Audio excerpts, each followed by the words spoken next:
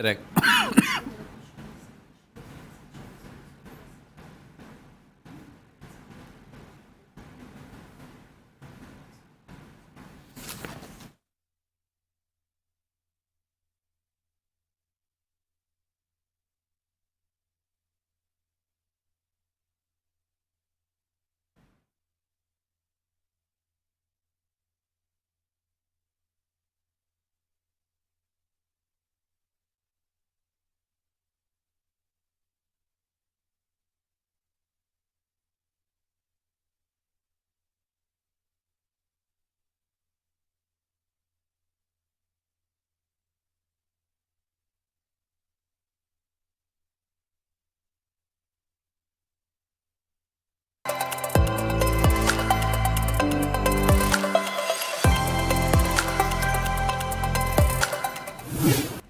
The Newsday continues here on One News Now. I'm Diego Castro.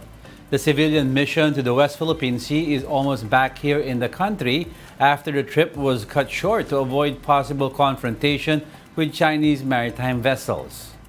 BRP Melchora Aquino, the Coast Guard vessel escorting the convoy, was seen nearing San Fernando Port in El Nido, Palawan as of 8 a.m. this morning. TS Kapitan Felix Oca, which carries most of the civilians and journalists covering the mission, is seen behind. A Chinese Coast Guard vessel was also seen trailing them back to the Philippines earlier today. The vessel has now changed course away from the civilian convoy. Chinese maritime forces employed unusual tactics in its recent incursion in the West Philippine Sea. As reported, the Christmas convoy had been shadowed by several Chinese vessels, including Navy ships, along the Sabina Shoal. China only usually deploys its Coast Guard and maritime militia in the disputed waters. In a separate incident in Bajo de Masinloc, there was also the reported use of a long-range acoustic device, an equipment used to amplify sound, affecting some Filipino crew members. It was reported that it's a long-range acoustic device because it has a lasting effect to the sailors of your fisheries and aquatic resources.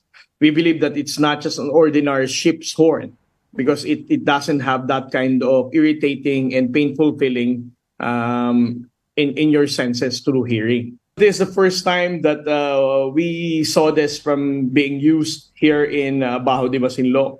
But definitely this is not the first time that the Chinese Coast Guard are using this in different parts of the West Philippine Sea.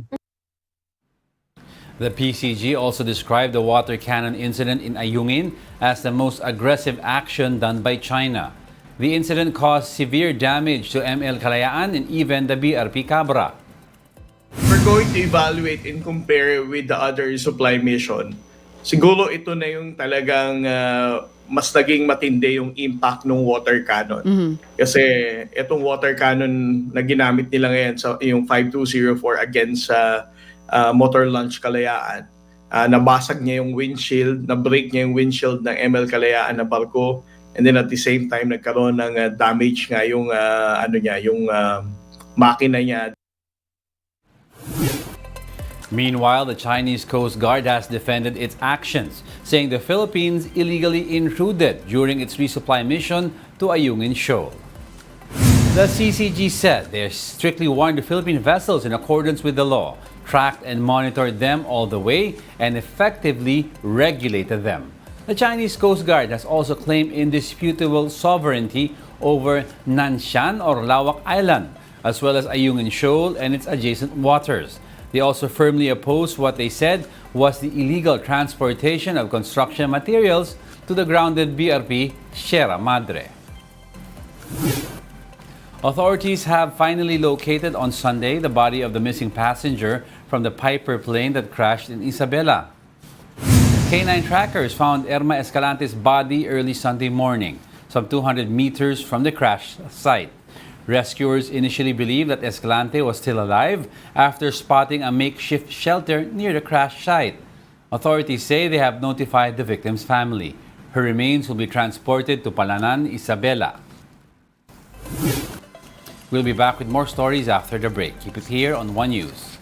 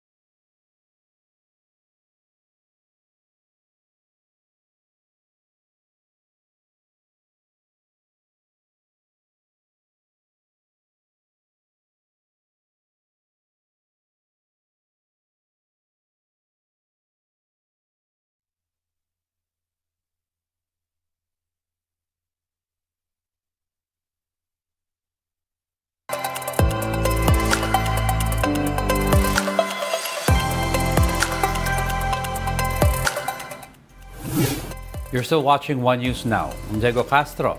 Let's try to check back in on the civilian convoy. We'd have Gretchen Ho to give us updates. Gretchen.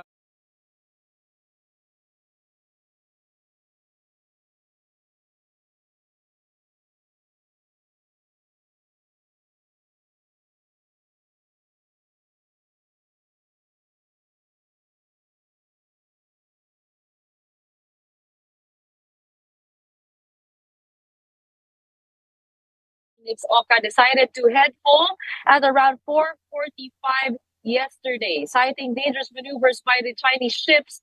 De La Cruz says the Chinese Coast Guard was not just encircling our ship; it was already heading towards a course that would have led to a head-on encounter. Now,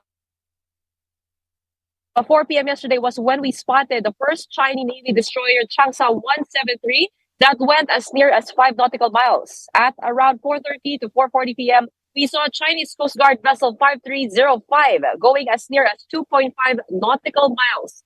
The Chinese Coast Guard ship encircled Capitan Felix Oka, going as fast as 21 knots, heading towards the same course taken by our ship. Now, at one point, it even crossed the path of our PCG escort, Melchora Aquino, with Capitan Felix Oka going at 10 knots and only with a max speed of 30 knots. De La Cruz made a judgment call to turn the ship around, headed home, even with the Philippine Coast Guard insisting that we could still continue on. Stay on our port side. That's what the PCG said. The Coast Guard tried to convince Captain De La Cruz to continue, but De La Cruz refused, saying he doesn't want to put the lives of the crew and the passengers on board in danger. Now, with the tensions high and the sun already setting at that point, it would be doubly dangerous to face more Chinese ships at nighttime. Kagabi, nagkaroon kami ng konting press con, Diego, no? At humingi ng paumanhin si Captain George De La Cruz. He says, sorry, pero at least bukas makakapamalengke pa tayo. Rafaela David, lead of Atin Ito Coalition, says, at this point, it's even become more pressing for us to defend our seas, our EEZ. They say that they will regroup. But Diego, this morning we received some good news. We may not have made it to Lawak Island. We may not made it to the Ayungin Shoal, but the gifts have made it past the Chinese vessels on board ML Chawi. That is a small fishing boat that was able to reach Lawak Island to deliver the donations of everybody who supported the Atin Ito movement. Now we're just heading towards El Nido in Palawan, and we will see what is next from there. Diego? Gretch, you reported and told us about what happened between the Coast Guard and where you are right now. But it was earlier reported that there were 2 gray ships and a white ship, meaning Chinese Navy and Coast Guard. Can you confirm this, Gretch? And what was the whole situation like for you? Yes, we confirmed that the captain saw 2 Chinese Navy ships, 1 Chinese Coast Guard ship. On the other hand, us here on the boat, we only saw 2 ships, 1 Chinese Navy, 1 Coast Guard. We didn't see the other Chinese Navy ship, but that was what the captain told us yesterday. How was the situation? It was definitely piling up on the captain, as I would like to say, because he says the maneuvers were unusual if they were just passing through. The Chinese Coast Guard we saw on the side at first, and then right after that, it crossed the path of our ship, went head on towards our course, then went around and shadowed us until sunset. Parang sabi nga namin, ini-escortan yata kami nito pa uwi, ano? Yung Chinese Navy ship naman, pasalubong ang movement niya, and it went past us. That was a Chinese destroyer, Changsa 173, as identified by Captain George De La Cruz. Okay, and supply boat MV Chawi, I heard, was able to drop its donations. No, how does the Atin Ito Coalition consider this mission? Was it a success for them?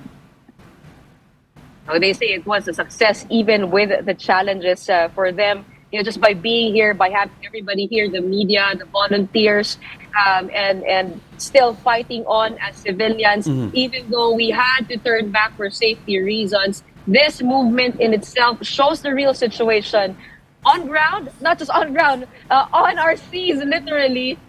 We now know the pressure that our Chinese Navy and that our Philippine Navy and Philippine Coast Guard faces every day. And our fishermen, of course, this mission is for them. We're glad that the nations were able to make it to Lawak Island. Now, those gifts will be distributed by relevant agencies. They will be coordinating with that. And I'm sure Rafaela David says that this is not the last. They will continue on with their initiatives, with the advocacy of fighting for the West Philippine Sea back. Thank you very much for those updates. And please do stay safe. That was Gretchen Ho reporting for us. And those are the top stories of the hour. Join us again at 11:15 a.m. as we continue to monitor the day's biggest stories. I'm Diego Castro. We are One News. All sides, all the time.